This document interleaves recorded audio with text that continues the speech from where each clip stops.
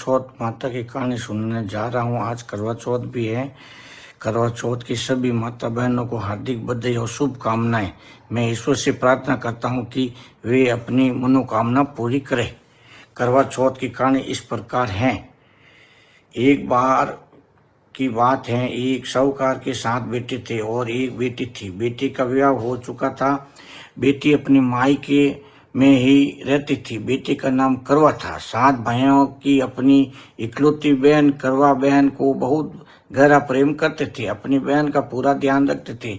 जब करवा मायके में आई हुई थी तो एक दिन शाम को सभी भोजन करने के लिए बैठे थे। कार्तिक मास कृष्ण पक्ष की चतुर्थी तिथि थी। अतः घर में साहूकार की सभी बहुओं ने और साहूकार की बेटी करवा ने चतुर्थी का व्रत रखा हुआ था। जब साहूकार के सभी बेटे भोजन के लिए बैठे तो उन्होंने अपनी बहन को भोजन के लिए कहा। भाइयों का भोजन करने के लिए बुलाने पर बहन ने कहा, भाई अभी चांद नहीं आया है। जब चांद आएगा तब मैं चांद को अर्घ्य देकर व्रत पूरा करके ही भोजन करूंगी। करवा के ऐसा करने पर भाइयों को चिंता हुई कि बहन भूखी है और अभी चांद भी नहीं आया है। ऐसे में 7 भाइयों में से सबसे छोटा भाई बाहर किसी दूर के पेड़ पर जाकर उसमें अग्नि जलाकर उसमें एक छलनी लगाकर बहन के पास आया और बहन को कहने लगा, देखो बहन, चांद आ गया है, अब खाना खा लो। बहन ने अपनी भाभियों को भी कहा, भाभी देखो चांद निकल आया है, अब आप लोग भी अर्घ्य देकर व्रत पूरा करके भोजन कर लो। भाभियों ने नंद करवा की बात सुनकर कहा, नंद ये चांद तुम्हारा आया, हमारा नहीं। ऐसा करने के बाद ये करवा अकेले ही भोजन करने के लिए बैठ जाते हैं और जैसे ही भोजन का पहला ग्रास लेती हैं तो उसे छींक आ जाती है। दूसरा ग्रास मुंह में लेती हैं तो उसके बाल निकल जाता है। इसके बाद जैसे ही भोजन का तीसरा ग्रास मुंह में लेने को रहती हैं तो उसी समय उसके ससुराल से न्योता आता है कि उसके पति का स्वास्थ्य बहुत खराब है। वह शीघ्र पति को देखने के लिए ससुराल जाते हैं। इसके बाद उसकी भाभी उसे सच्चाई बताते हैं कि उसके साथ ऐसा इसलिए हुआ क्योंकि उसने करवा चौथ का व्रत तोड़ दिया। उसके भाइयों ने आग जलाकर झूठा कहा कि चांद निकल आया है और उसने सच मानकर अपना व्रत तोड़ दिया। इसी कारण उसका पति बीमार हुआ। सच्चाई जानने के बाद जब करवा अपने ससुराल को जाती हैं और ये प्रतिज्ञा करती हैं कि मैं अपने पति को कुछ नहीं होने दूंगी।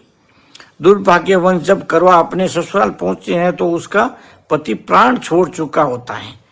पति के प्राण चले जाने के बाद करवा अपने दुख को सहन नहीं कर पाती है और सभी से कहती हैं कि मैं अपने पति का अंतिम संस्कार नहीं होने दूंगी। मैं अपने पति से दूर नहीं रह सकती।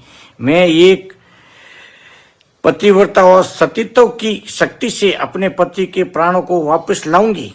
करवा की इन बातों को सुनकर सब उसे पागल पागल कहने लगे और करवा के पति को शमशान में अंतिम संस्कार के लिए ले जाते हैं। करवा भी अपने हट और पति के वियोग में शमशान में चली जाती है और वहां सबको अपने पति की चिता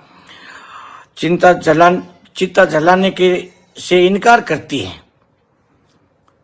करवा की बार बार जिद करने पर सभी पारिवारिक लोग करवा की बात मान लेते हैं और करवा के पति का अंतिम संस्कार नहीं करते हैं। जब घर चले जाते हैं और करवा अपने मृत पति को लेकर दूर कहीं एक झोंपड़ी में रहने लगती है और अपने पति को जीवित करने के लिए भगवान की पूजा व्रत आदि करने लगती है। 1 साल बीत जाता है। करवा उसी दिन का इंतजार करती है जब उसने अपने मायके में चतुर्थी का व्रत तोड़ा था। 1 वर्ष बीतने के बाद जब फिर से वही कार्तिक मास की चौथ आती है, चौथ का दिन आता है, तो करवा अपने पति के प्राणों के लिए निर्जला करवा चौथ का व्रत रखती है। करवा अपने पति को पूर्ण जीवित करने के लिए माँ जगदम्बा से प्रार्थना करती है कि मेरे पति के प्राणों को वापस लाओ, मुझे मेरा सुहाग वापस लौटाओ माँ। जब करवा का यह व्रत पूरा होने को रहता है तो उसके व्रत से माँ बहुत प्रसन्न होती हैं और उसे कहती हैं, यदि तुम अपने पति के प्राणों को वापस पाना चाहती हो तो अपनी सबसे छोटी भाभी के पास जाओ, वही तुम्हारे पति के प्राणों को वापस ला सकती हैं। क्योंकि करवा का व्रत तोड़ने का कारण उसका सबसे छोटा भाई था। उसी ने पेड़ पर अग्नि जलाकर बहन को झूठा कहा था कि चांद निकल आया। अतः करवा अपनी सबसे छोटी भाभी के पास जाती हैं और उसके पाँव को पकड़कर कहने लगती हैं कि मुझे मेरा सुहाग वापस दिला दो। बार बार कहने से करवा की भाभी अपनी छोटी अंगुली को चीरकर उसमें रक्त अमृत निकालती है और करवा के पति के मुंह में डालती हैं। ऐसा करने पर करवा का पति जब गणेश जय गौरी कहता हुआ पूर्ण जीवित हो जाता है।